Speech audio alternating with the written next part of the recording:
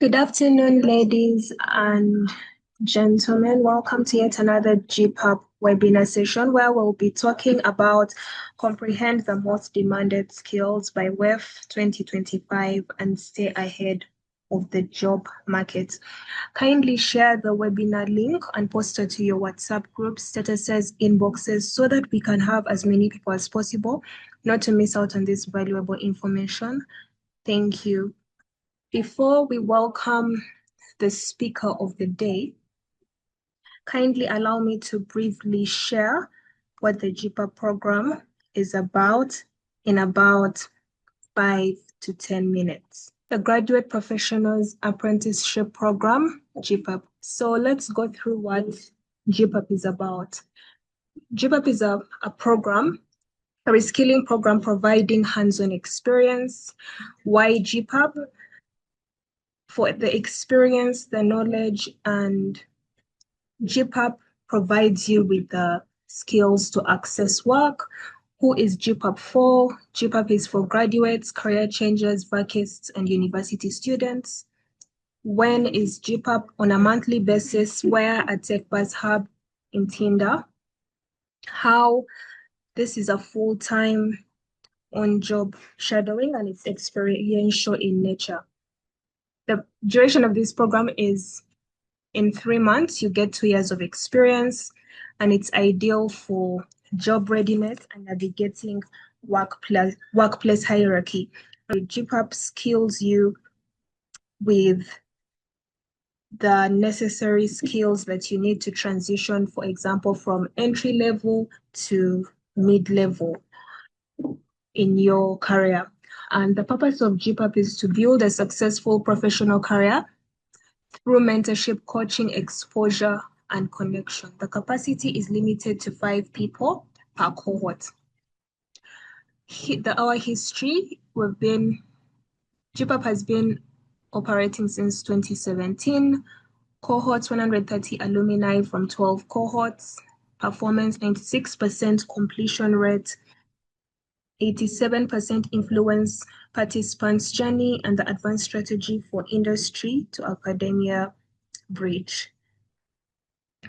Case study. So this is a case study of the last 10 years. So in the last 10 years, we've had a number of graduates, which are 4 million, number of jobs, 700,000, number of unemployed, 3.3 million. And this is what the example of what we had for the case study, and this shows the number of unemployed graduates. Why join the GPUB program? Gain employable skills, including mentorship. You'll have valuable working experience.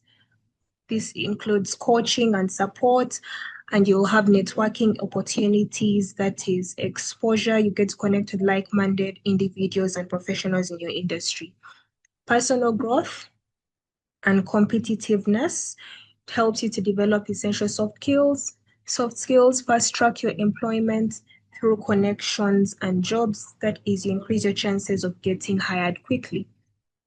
So here we have a testimonial from one of our GPUB participants, Alinda Rutaraka. I didn't know how to market content after creating it, but through the program, I learned how to strategize my content, plan my tasks, optimize it for SEO, and distribute it through various channels like email, LinkedIn, etc. And here we have another testimonial from Best Usinje. We have a testimonial from one of the people who watched our YouTube mentorship sessions. The GPUB YouTube mentorship sessions reminded me that becoming employable is not just about technical skills, but rather becoming a person employers and clients can trust. Baroda Marvin. And this is another testimonial. So this is our cohort, 3 alumni. And who is GPUB best fit for? GPUB is best fit for students, and students, you gain valuable work experience. For graduates, you bridge the gap between your academics and your work, and it increases your chances of getting hired. And also for people who want to develop in their careers, and you acquire role-based training to advance your career. So these are our GPAP departments: human resource, accounting and finance, digital marketing, sales and marketing, software engineering, proposal writing and fundraising, multimedia and production, and research and projects. So here we have a snapshot. Here we have a snapshot of some of our GPAP posters that you may have seen on our LinkedIn platform, and you're free to share them with your friends and family. What wise men quote? Tell me I forget, teach me and I may remember, involve me and I learn. Apprenticeship is the most natural way of learning. It allows skills to be passed down while fostering discipline, humility, and mastery. The best education doesn't always happen in a classroom. Apprenticeship empowers people to learn by doing, ensuring that knowledge is lived, not memorized. So these are some of the quotes from wise men. So we have discounts and freebies.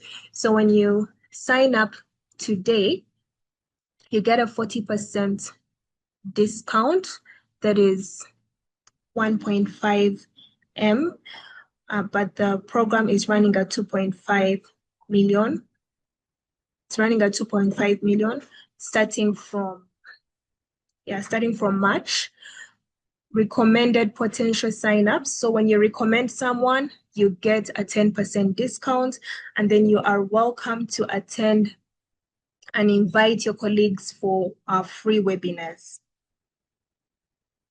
Join GPAP today. GPAP offers employable skills, work experience, and career fast tracking. We have limited slots available. Join today to start your professional journey, and you may apply with the link here on the screen and the contacts on the screen as well. And you may visit our website, techbuzzhub.org/GPAP. Thank you for listening, and without further ado, allow me to welcome the presenters of the day: Miss Grace Nwamanya, Miss Juliet Okudi, Mr. Julius Opio, Miss Celine Andiambo, Miss Sylvia Chiwanoka, and Mr. Alinda Rutaraka. Thank you. And you're welcome to share your insights at the end of the presentation. To hear from, let us have the screen or the presentation shared, and then we dive into it. Otherwise, we are happy to have you join the call, and we hope you are enjoying the experience so far.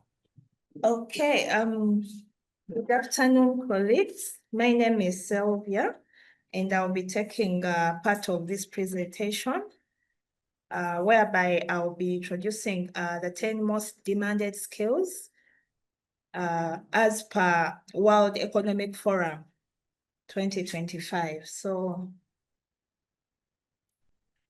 moving on to the next slide. Okay, so World Economic Forum is an international organization that was founded in 1971. And it is through this organization that we have leaders from different governments, businesses, that go ahead to discuss and find solutions to global problems.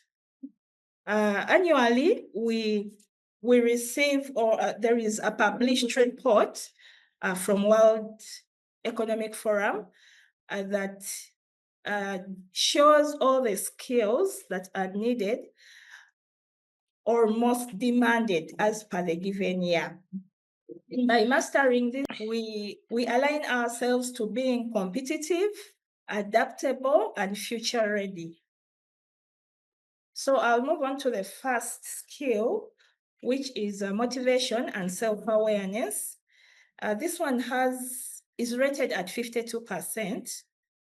And with that, I'll describe what is motivation. Motivation is the internal or external force that drives one towards a goal. And then when we move on to self-awareness, this is the ability to understand one's own character, emotions, motivations, and desires. Of course, this one includes your strengths and weaknesses. When I go ahead to describe the strengths, these may include problem solving, creativity, that is maybe one being innovative, some leadership skills, attention to detail. Then on the other side, we have weaknesses, which may include difficult to say no. Some people have that weakness. Like it is hard for them to actually say no. It will always be a yes or around there in the middle, but not saying no. And then we have people who have a weakness in public speaking. It is not easy to speak in public for them. And then confidence, just to mention but a few.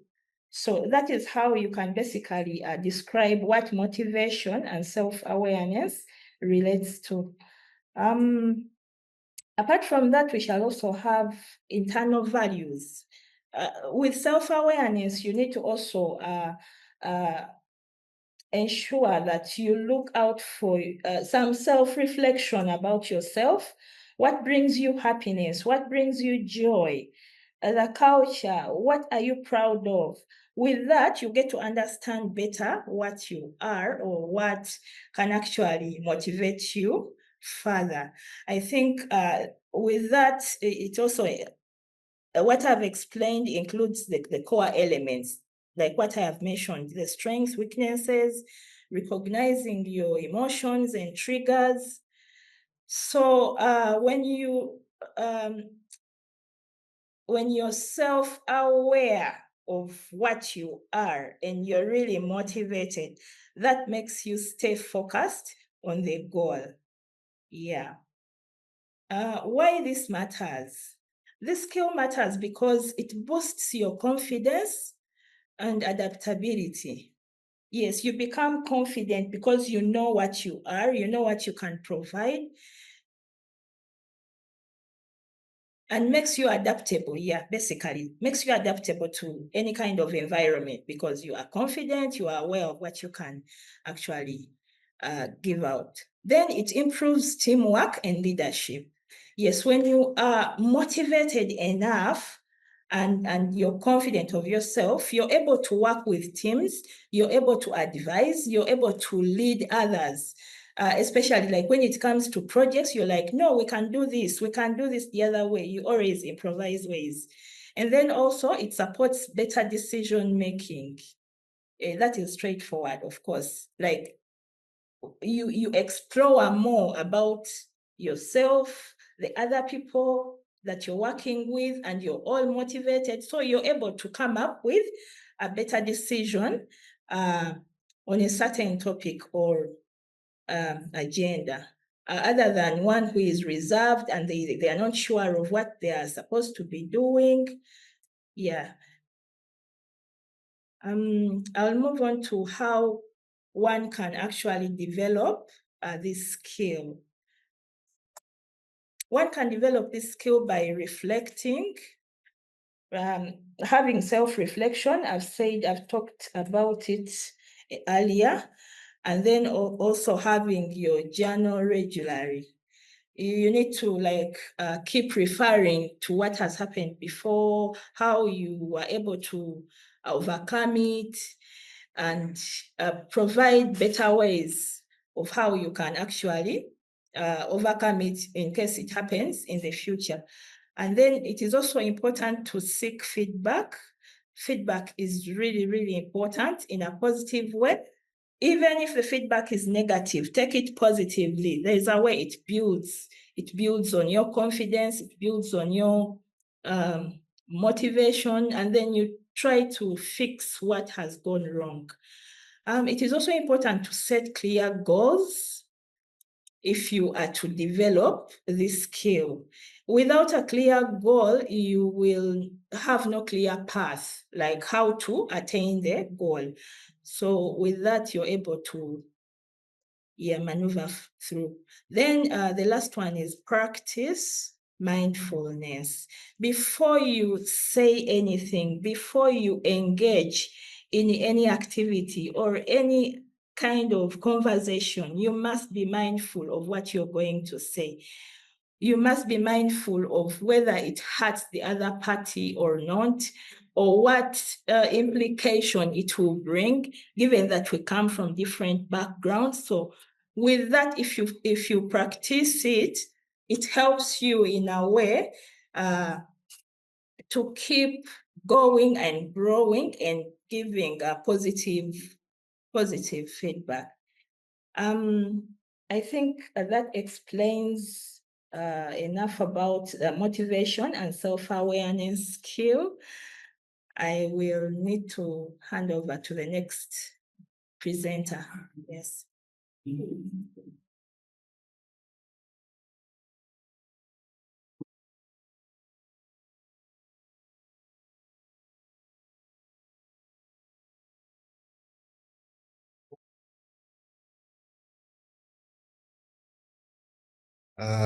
Yes, good afternoon. Thank you for attending this. My name is Opio Julius, and I'll be taking you through the next two skills, which are analytical thinking and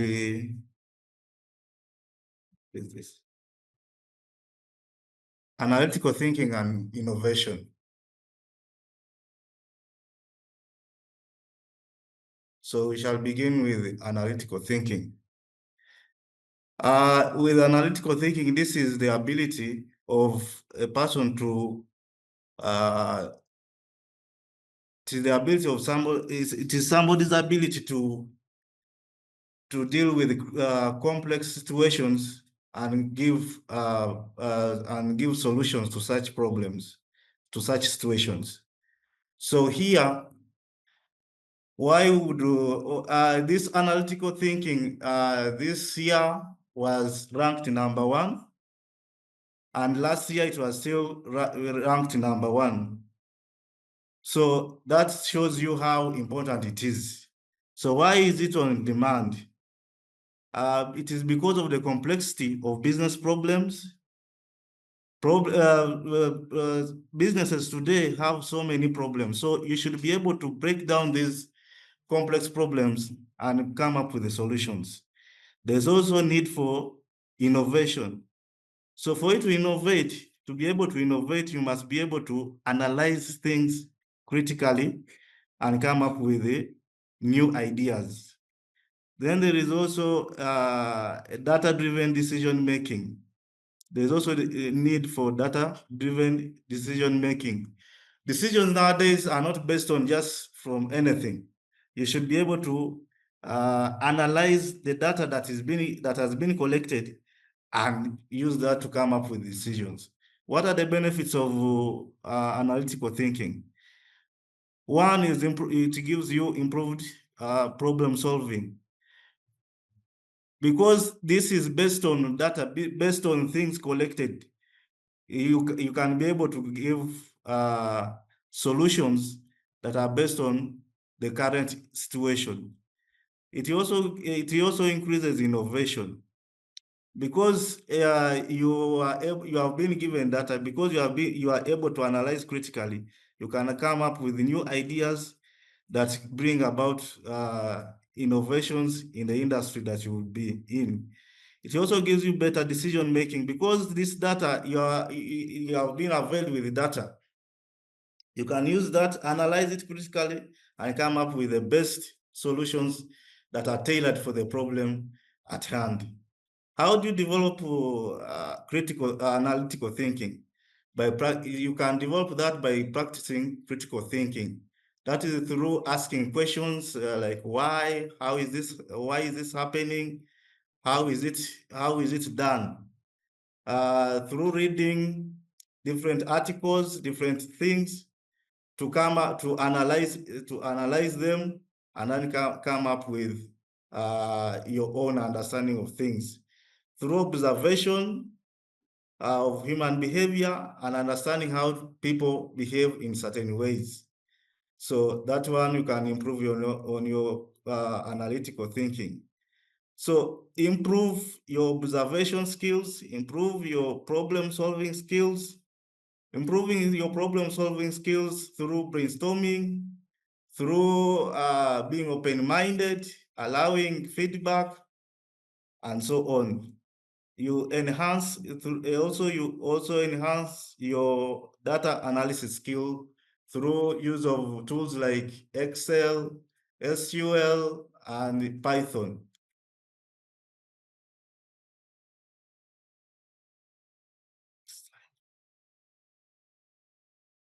So I want to take you through another skill, which is creative thinking. This scored 57% this year, and it ranked number 4 this year. But last year it was ranking number 2. So you see, it has gone down a bit, but it is still very important. Creative thinking is the ability for one to generate new ideas, new and original ideas. So why is it on demand? There's need for innovation, like we said. When you're creative, you can innovate. There is also need because of presence of complex business problems. You have to be able to think creatively to navigate such challenges. Another is competitive advantage. Creative thinking gives you a competitive advantage over others. For you to gain competitive advantage, you must be able to think creatively outside the box. What are the benefits? It increases innovation, of course.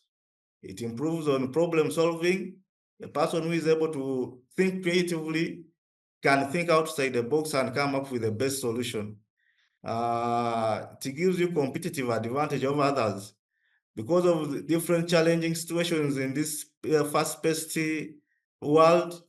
You must be able to think creatively, and when you do so, you can gain an edge over your competition or competitors. How do you develop creative thinking?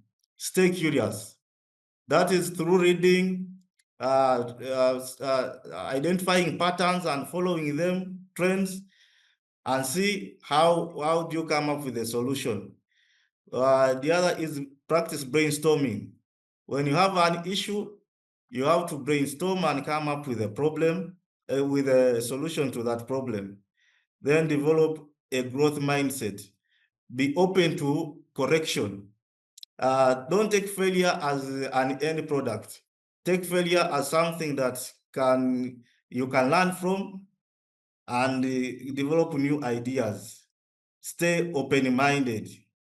By staying open-minded, you have to welcome constructive criticism and see where you can improve and gain new ideas. So with that, members, I would take you or leave you for another presenter. Thank you.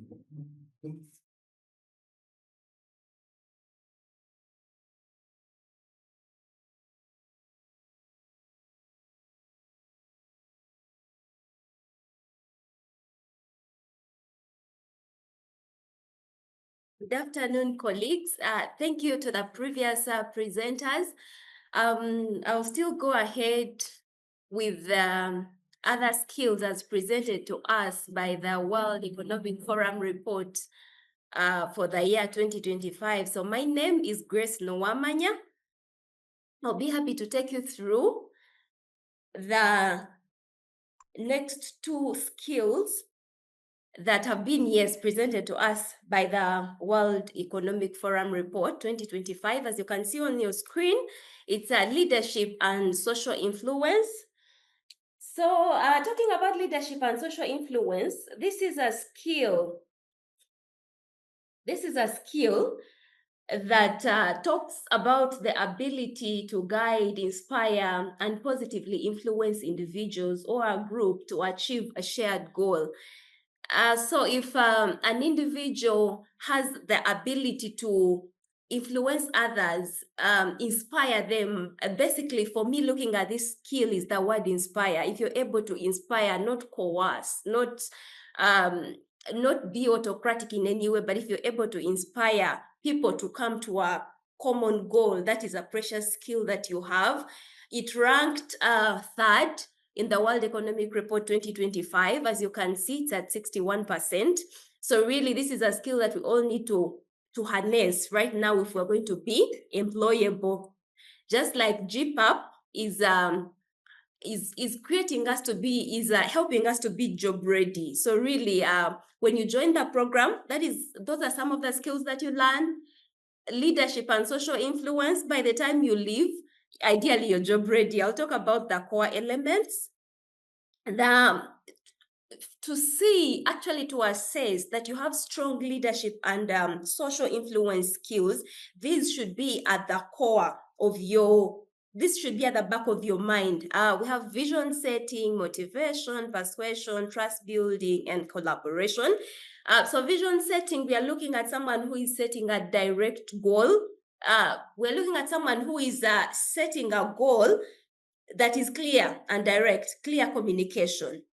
And then talking about motivation, we are talking about inspiring others to act beyond self-interest. Are you able to inspire people to so that they are able, if someone is supposed to leave office at 5, but they end up leaving office at 6 because they feel there's an assignment they have to conclude, then you're having strong leadership skills, and that is what we need to harness for being employable. Just like what we are looking for on this platform is being employable, getting onto your next job. I'll talk about persuasion, using communication and credibility. Persuasion, build your credibility over time. This is through clear communication, keeping on. If you have made commitments, even to a colleague, you have made a commitment that maybe let's meet over lunch, maybe during lunch there's something I need to discuss with you, or you have a report to make, submit it on time. It flows into even building trust. Consistent actions of delivery build trust in the team or in any environment that you're at, and eventually that is developing the leadership skill. In new collaboration, of course, we'll speak to working with others. I have a use case for this skill. So looking at this skill, we're able to, we look at the life of Mahatma Gandhi. I know everyone who was, I know you could show me in the chat or anything. I know everyone who attended a history class at whatever level, or even if you haven't attended a history class, at least somehow, somewhere you've interfaced Mahatma Gandhi. He's that gentleman that led India to independence.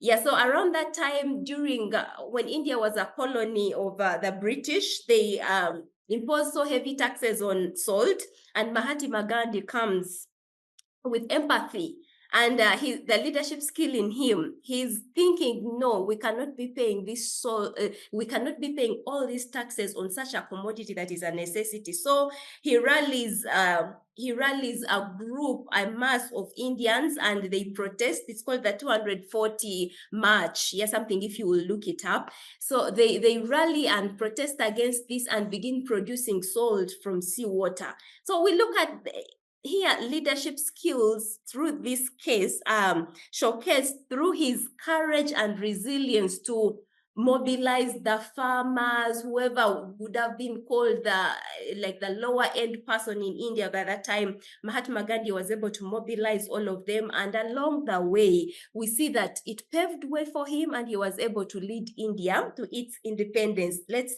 tailor this to an organization. You're able to go places because of the leadership skill and social influence that you have cultivated in yourself. We see that Mahatma Gandhi over the years influenced even globally, actually became a global influence. We see the rise of new leaders like the Martin Luther King. We see the rise of Nelson Mandela, all by the influence of Mahatma Gandhi. Yeah. So I'll talk about my next skill is curiosity and lifelong learning. So in the year 2020, this skill ranked third, but around this time, the skill is ranking the 8th, and I want to believe not to believe actually, according to the guidelines from the report, the skill has gained momentum. People are gaining momentum with lifelong learning and curiosity, but still, I would still interest us in having lifelong learning and curiosity as a skill that will take us places through this employment world. So, what is curiosity? Curiosity is the desire to explore, asking questions, why and what if. Then I'll talk about lifelong learning as a continuous self-motivated pursuit of knowledge and skills throughout life, knowledge throughout any area of life. Throughout any area of life, continuous learning is a necessity for as long as you're going to be employed. Why it matters? It helps one adapt to change, drives innovation. We have seen various innovations at TechBuzz Hub. We are an innovation hub. So really, curiosity and lifelong learning is what we embrace, and that's what you get as soon as you join the GPAP program. Then it boosts employability. Everyone will want a thinker on their team. Everyone will want someone who asks questions on their team. So whoever is attending this webinar, I encourage us to embrace curiosity and lifelong learning. How I will interest you in a book called How to Win Friends and Influence People by Dale Carnegie. That if you have issues on curiosity, you have issues on how to influence people, you have issues on you feel like you don't want to learn, you don't want to read, if you pick up that book, you're able to pick a thing or two. How to develop the skill, as I've already mentioned, I've already given one tool already, which is the book by Dale Carnegie. Please look it up. You can get it anywhere, even on the internet. You can get at least a summary of it. It is a tool that you can easily use. So read widely and reflect. Explore life learning platforms like LinkedIn. Usually you find on LinkedIn people share insights. There are some courses that are free. I think recently I saw courses from Google, and they are free courses. So really, these are tools that you can embrace for lifelong learning. Thank you, team. My colleague will take us through the other skills.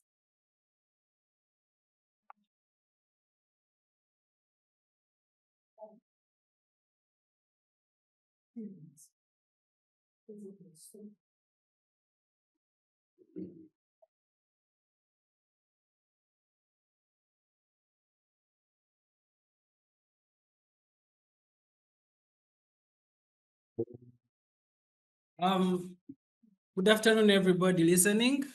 I'm very glad to share this content with you right now. And without any further ado, allow me to introduce myself. I go by the name of Alinda Rotaraka Mujuni, and allow me take you through these two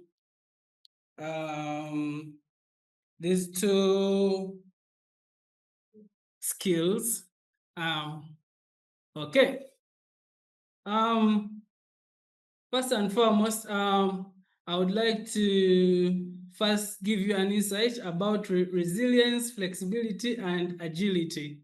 That this skill is the second most valued workforce skill in 2025. Talking about resilience, it means the ability to recover quickly from challenges, problems, or setbacks. Okay, it's more like bouncing back when things go wrong by staying calm and finding solutions. Flexibility, on the other hand, it means being willing and able to adjust when things change. So that's why it's really important that when you are in a workspace or when you're looking towards a specific job, your flexibility matters, because maybe things are done differently in different spaces. So one can consider taking you on how flexible you are and how fast you can, adjust in the new environments that you step into. Agility means being quick to act and to respond when things change. In other words, it's how fast you can move to solve problems or grab opportunities before it's too late. Agility really, I find it like something very important, because imagine a situation where there is like Black Friday happening, and maybe you would want to jump onto that, you'd want to jump into that market and maybe be able to get goods at a cheaper price. So such promotions, they don't come for long. So it's how fast you jump onto the Black Friday that you can be able to purchase what you need faster before it gets done. So I think agility also, when you come into the workspaces, you need to be able to not get stuck on one way of doing something. So if you reach like a workspace and maybe they want you to design some kind of content, let me say videos, and maybe you've been using only like Premiere Pro, I think it's about time you learned how to use other tools like Canva, other tools like CapCut, such that you can be able to have your deadlines met on time. Okay, so continuing to the next skill, which is technological literacy. Technological literacy is the 5th most valued skill in 2025. It carries a percentage of 51%. And what I have to say about it is that technology literacy, maybe for those that would like to know more about what it means, it means knowing how to solve technology confidently and effectively in daily life. In simple terms, let me break it down. It's understanding and using of digital tools like applications, websites, and software to work smarter, solve problems, and make life easier, regardless of you not being a tech expert. Let me give you maybe one example. In the current workspaces that we interact with, you realize people are now incorporating in ChatGPT to help them maybe break down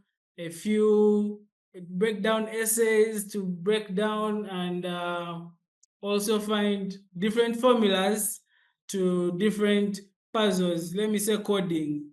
These days you don't have to go and do a whole code yourself for maybe a specific website or application. So you learn to incorporate in ChatGPT. These days it can make for you the code, and just like that you're able to have a running app. Alternatively, using Google Maps to find the fastest route. How many of us here don't know or have not been using Google Maps? So using apps like this, Google Maps to find the quickest route, ChatGPT to make your code, Jumia to do your shopping instead of going to town and buy all of the appliances you need. That is what we call technology literacy. So I think to be highly hired in new spaces, you ought to have a specific understanding of technology literacy. Allow me stop from here, and thank you for listening. Kindly send in any questions that you may have in the chat. Thank you.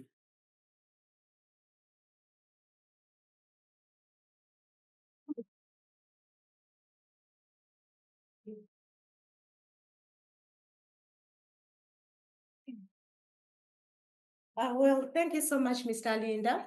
And my previous presenters, you've actually done a very great job. Yes, my name is Juliet Okude, and I'm also going to take you through the 10 skills. And the one I'm going to begin with is talent management. Now, talent management is actually identifying, developing, and retaining people so that they can actually reach the peak performance. And then how do we develop? How do we actually come up with this talent? We shall be looking at investing in learning and development. That is one of the ways. And then also building talent pipelines for succession planning. We'll be looking at coaching, and then getting regular feedback. Feedback is very vital in every company because without feedback, the company will not know exactly what changes maybe the employees need, or what exactly they need to work on. So feedback is very vital. And then how do we measure success? How do we see that, how do we gauge that we've actually done a great work? Sorry about that. Yes, I've broken this into metrics, actually the key metrics. One is retention and turnover. Which retention, of course, retention measures the percentage of employees who remain within the company. That alone reflects the effectiveness of the retention strategy that the company would have come up with. And then when we look at turnover, it indicates how many employees leave a given company in a given period of time. So this is actually not healthy for the company, not healthy at all, because it signalizes potential issues in engagement, in development, and probably compensation. And then the other metrics is, which I look at performance and development assessment. Under this comes talent mobility, where we track movement of employees into newer roles, because we do not want an employee coming and getting stagnated in a particular role for a number of years. We look at, we want to see them actually transition into other roles or move upwards to different roles. And then we also look at, we shall also look at succession planning, identifying the number of high potential employees developed for future leadership roles, because as a company, you need to identify those key performing, employees for actually future leadership roles. Then the other metrics, the third one is recruitment and acquisition. Under this, we'll look at time to fill. This entails measurement of efficiency of hiring process, and then candidate experience, gathering feedback to improve the recruitment experience. Yes, I'll give an example. A case scenario is one of the microfinance companies called Platinum Credit. At one point, it was actually registering high turnover rates over a period of time. But recently, they came up with a strategy of creating supportive company, creating supportive company cultures, like competitive compensation, like flexible work options, like investing in employee development and recognition. So all this, they thought it wise that it will actually help them retain their employees. And they came up with a culture they named Platinum Spirit, which embedded values of respect, openness, and free feedback. Yes, that was it for talent management. The next skill is service orientation and customer service. Now, under service orientation, we are looking at prioritizing customer needs to deliver value and satisfaction. We are looking at actually a service-oriented person is a person who feels for the customer, they feel their key pain points, and then find ways of how to actually I would say interest this customer or probably serve this customer without them having to feel maybe they are being isolated or neglected. Now, how do we develop this particular skill? We are looking at refresher trainings. Actually, it should be regular refresher trainings, because without trainings, people tend to forget. Now, under these refresher trainings, we are looking at things like taking through employees through the qualities. Actually, there could be so many qualities, but with me, I have 7 that are really key. That's the qualities of good qualities of customer care, where we look at good communication, we look at active listening, we look at patience, and a number of them. And then also regular feedback. Employees should actually be free to give feedback, because this is very vital in case they wanted any changes within the company. Then how do we measure success? How do we measure success? One, we are going to look at referrals, because if there is good customer care, you'll definitely get referrals from the customers that you previously served. So this alone will give you confidence that you did a great job. And then also, we shall look at repeat customers. You realize that because of good customer service, you'll have customers that come in repeatedly. You'll be serving the same customers daily or oftenly, because your customer service is superb and they really feel it is actually aligning with their needs. And then we shall also have, there will be customer loyalty. Now, with customer loyalty is whereby customers are actually obedient. There are scenarios whereby an employee is, maybe a customer needs a particular service from this employee, and the employee does not have it at hand. But because of the loyalty the customer has, or the obedience the customer has, of course, this comes along with build trust, because the customer has actually built trust over time with you. So there will be that customer loyalty. Now, a case study in this one, I would give an example of a bank growing its customer base so rapidly. In particular, I'll give an example of Barclays Bank, the current Absa Bank. By then, it was actually called Barclays Bank. They just transitioned of recent. So during 2000, the year 2000, they really had so many customers flocking into the banking hall, because they had not yet set systems that the customers can use to actually avoid, the flocking into the banking hall. But in 2000, actually, that was around September, they came up with different service channels to improve their service delivery better. For instance, they came up with a Visa electronic debit card. That was in 2004. Then 2012, they came up with the platinum debit card that was meant for the premium account holders. So they've come up with so many innovatives. These days, people withdraw and actually deposit via phone. You do not have to go line up like long queues.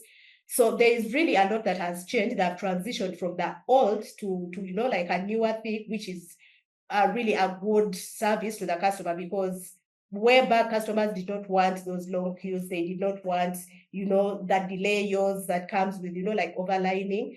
So right now their customer service is at superb, and yes, they've actually gone back to the origin of the customers. There's so many, they're serving grades and grades of number of customers. Thank you so much. Thank you so much. My next presenter will actually take on from here. And thank you for listening in.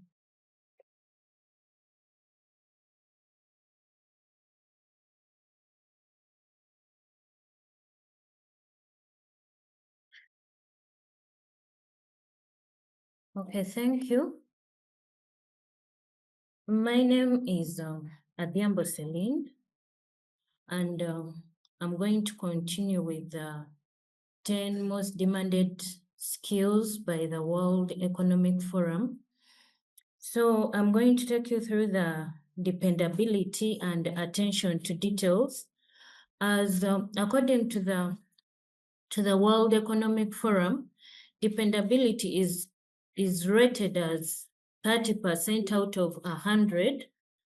So I want to show how that comes up. So dependability, it reflects your ability to consistently deliver results and manage responsibilities.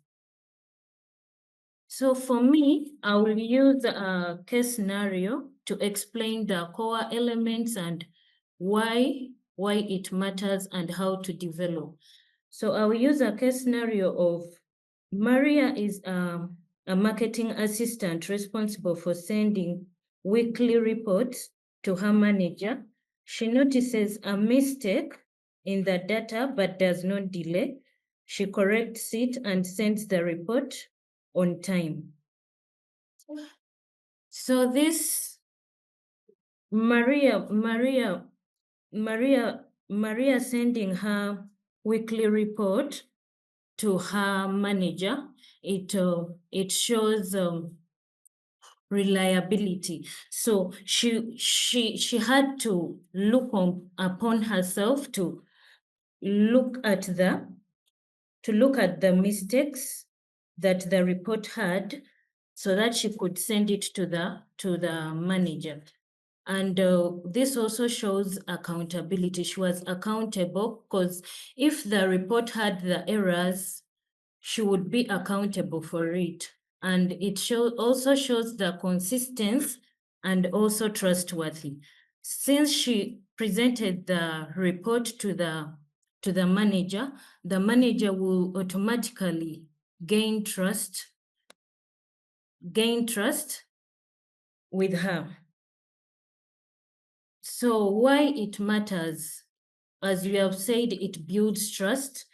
So Maria's manager is going to have trust in her, since she had she took the courage to correct the mistake that was on the weekly report.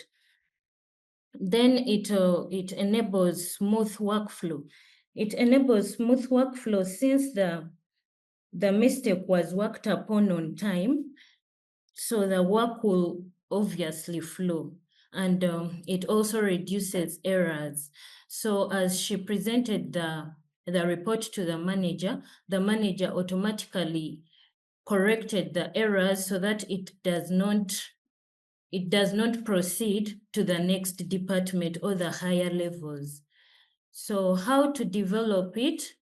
You should meet deadlines, just as Maria meted her deadline, because she was supposed to present a weekly report. That means she presented the report before the week elapses. Then communicate. You should always communicate. Just as we have seen, Maria communicated after identifying the error that was on the marketing records before making the reports. And then you should stay organized and deliver quality. So staying organized, this means that she took part and tried and perused through the marketing records before the week elapses. So she was able to deliver the report on time and to deliver the report without any errors. So that will definitely lead her to delivering a quality report.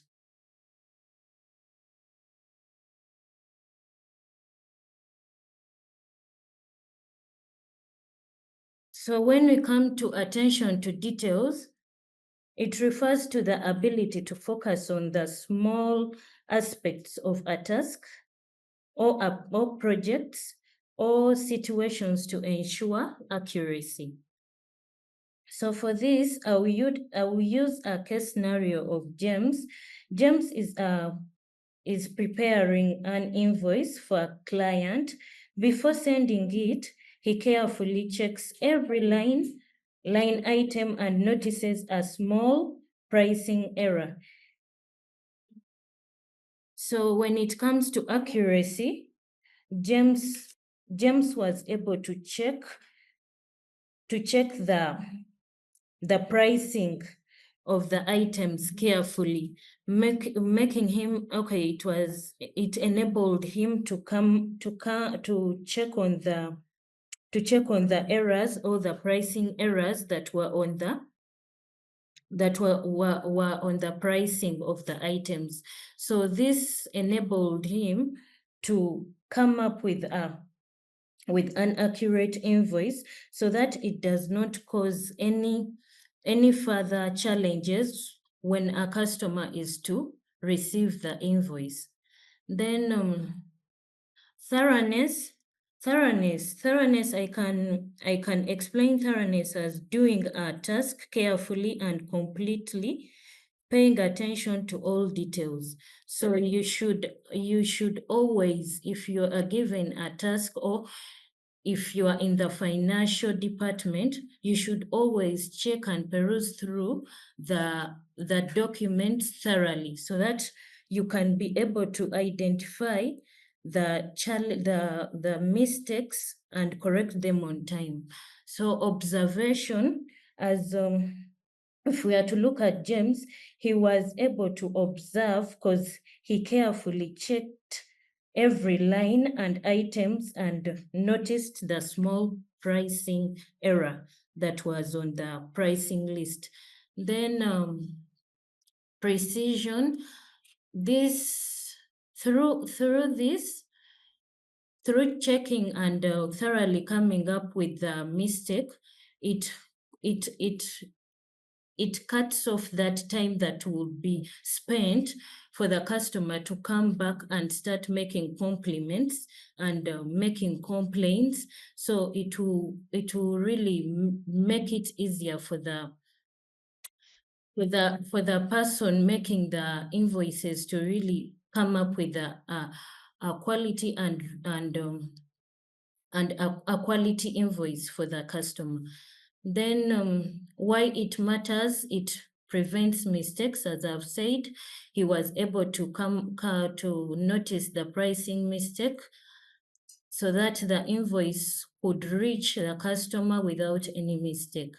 And it improves credibility. So the final customer will give credit to the invoice since it didn't have any errors or any mistakes. So the person will find it easier to take in the invoice and the pricing of the items.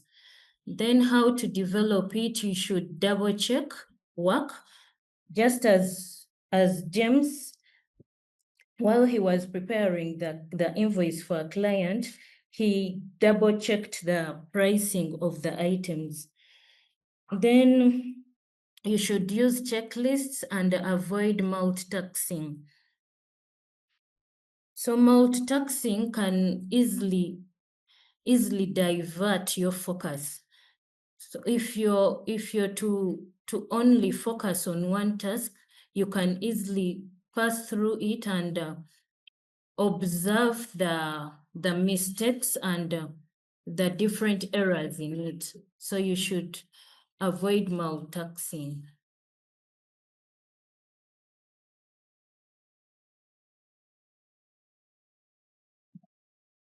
So as we conclude, these 10 skills.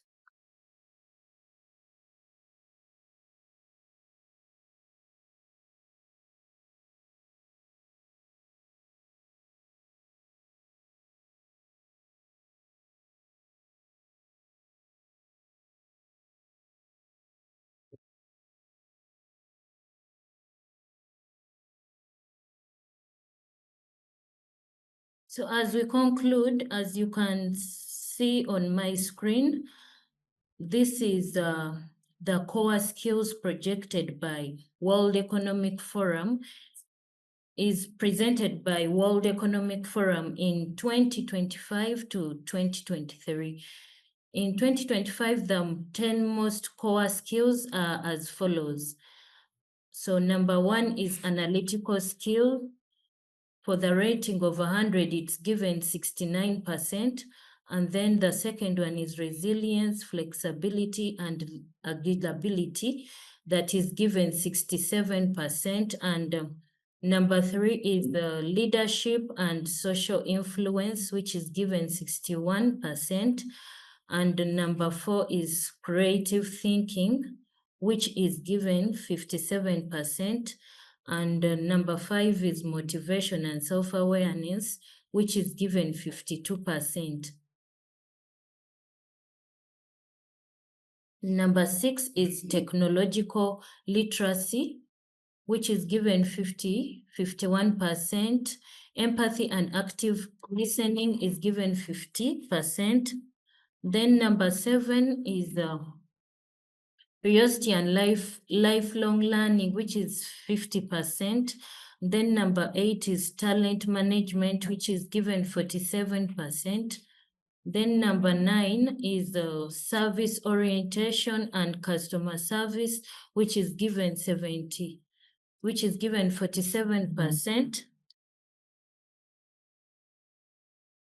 Then number 10 is service orientation and customer service, which is given 47%. Then in conclusion, these 10 skills form a bedrock for future-ready workforce. So by focusing on developing these areas, both individually and within our organization, we can ensure we are well equipped to navigate the opportunities and challenges that lie ahead. So be intentional. So I would want to extend a vote of thanks to our esteemed speakers for sharing your valuable insights, expertise, and time with us today. Your presentations were informative, engaging, and we appreciate your contribution to making this event a success. So as you can see, these were the different presenters for this webinar.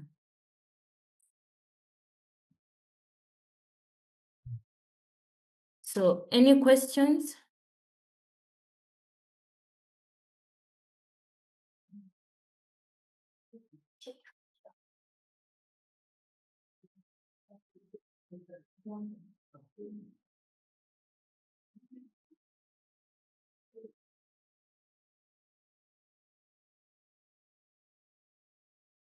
Any questions? The platform is for questions now.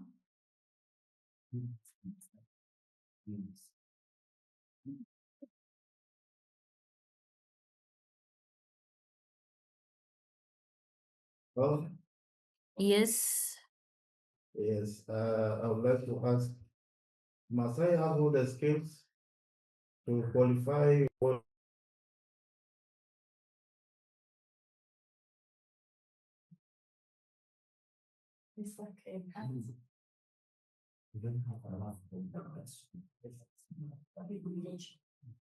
Hello, can I go on with my question? Yes, you can speak out your question. Yes, good afternoon, our dear facilitators. My name is George William Kayongo. I work with Vet Center Uganda Limited. I am currently not in the country. I'm in in Dubai. I am really, really very excited about how you have presented those skills one by one. And I know in life it is a continuous learning. My question is, especially on my side, when it comes to data, because today, indeed, whatever you need to present, you need to have analyze the data, and you must present facts. As an organization, do you guys facilitate to fine tune some of us that are really poor in the data analytics and especially those tools, Excel and what and sort? Do you guys be able to facilitate in that? Like, for example, the other course you shared in the beginning, does it cover also that? Or in that course, does it also cover some of these skills that you have presented here? Thank you very much. Okay, one of our presenters is going to answer the questions that you pointed out. So I welcome Grace to answer the questions. All right, thank you, Celine. That was wonderful performance right there. So we had the first question from Julius. Julius, you were asking whether someone is supposed to have all the skills so as to be employable. But what can I say? There is nothing like perfection, but it's as good to be intentional as somebody who is looking out to be employed. It's good to be intentional and embrace continuous learning. So whereas you may not have all the skills, but at least let's have 60%, 80%. Honestly, you're looking for your next life here. So it's good to have all, like most of the skills really, so that you're able to pick on your next job. Thank you, Julius. All right, you're welcome. Thank you, Julius. Next, we'll respond to a question from yes, there was another question about data analysis. Yes, from Kayongo, if I remember well. Yeah, so if you look out for a webinar that is going to happen next month in October, we're going to have a data analysis webinar where all those tools will be presented. Yes, there will be a sneak peek into it, really. Yeah, business analysis, data analysis, it will happen next month in October. But as well, you might consider the program. Once you're enrolled onto the program, it's like you are the source. You're able to get whatever tools you might be looking out for, Python, every data analysis tool you're able to have as long as you join the program. But still, look out for our webinar for more information. Yes, I see a question in the chat. Thank you, team, for this wonderful and insightful presentation about the 10 most demanded skills by the World Economic Forum. Your effort, clarity, and teamwork made it very impactful. Oh, that's a compliment. Thank you, Proskovia. Thank you. Okay, thank you, Grace, for answering those questions. I think the people who extended their questions, you're really satisfied with the answers. And if there are more questions, you can raise them up in 2 minutes.